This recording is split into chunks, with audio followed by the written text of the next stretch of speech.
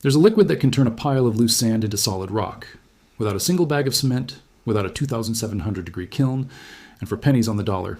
It sounds like science fiction. It's not. It's bacteria. Here's the problem everyone quietly accepts. Modern cement is one of the most energy-hungry materials on the planet. Producing it means mining limestone, crushing it, and baking it at temperatures hot enough to melt aluminum.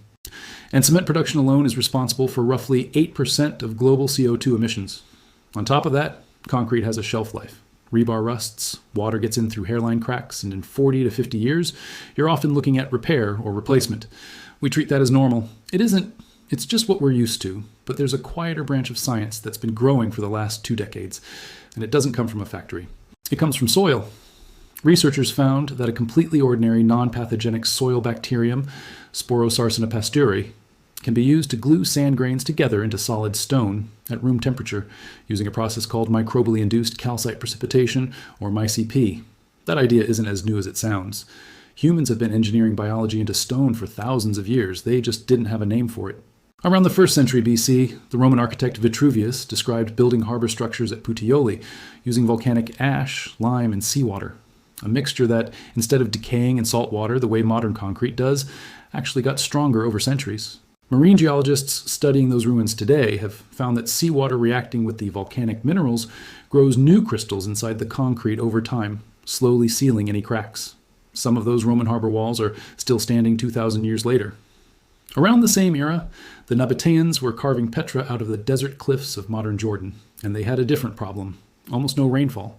They lined underground cisterns with a lime-based plaster that hardened into a near-waterproof seal, and some of those ancient tanks still hold water today. Centuries later, Chinese builders discovered that mixing sticky rice water into lime mortar made the mortar denser and more crack-resistant. The amylopectin in the rice acts almost like a biological binder. That rice-lime mortar shows up in ancient city walls and bridges that have survived earthquakes and centuries of weather that would crumble ordinary lime alone.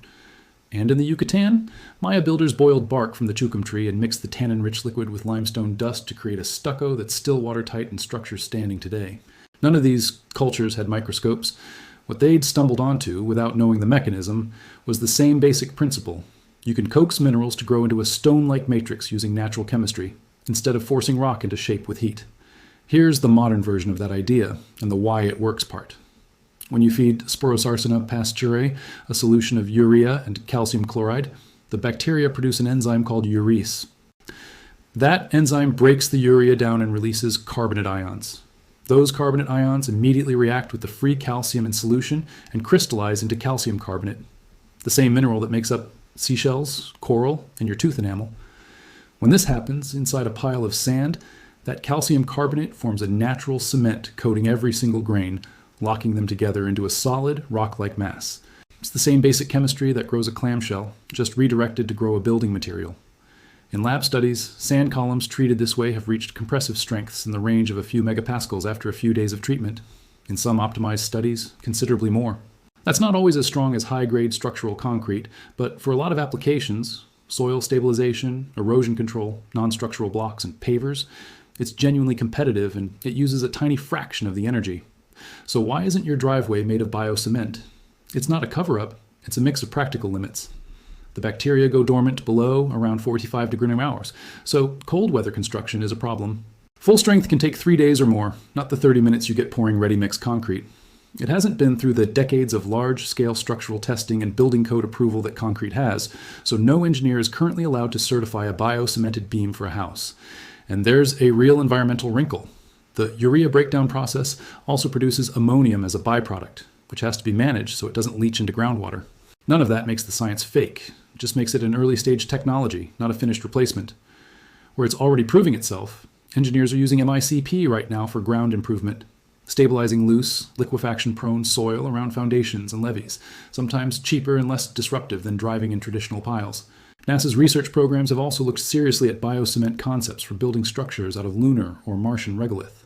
Since hauling cement to another planet isn't exactly practical, if you want to see the chemistry for yourself, here's a simple non-structural experiment. Think garden pavers are a stepping stone, not a load-bearing wall.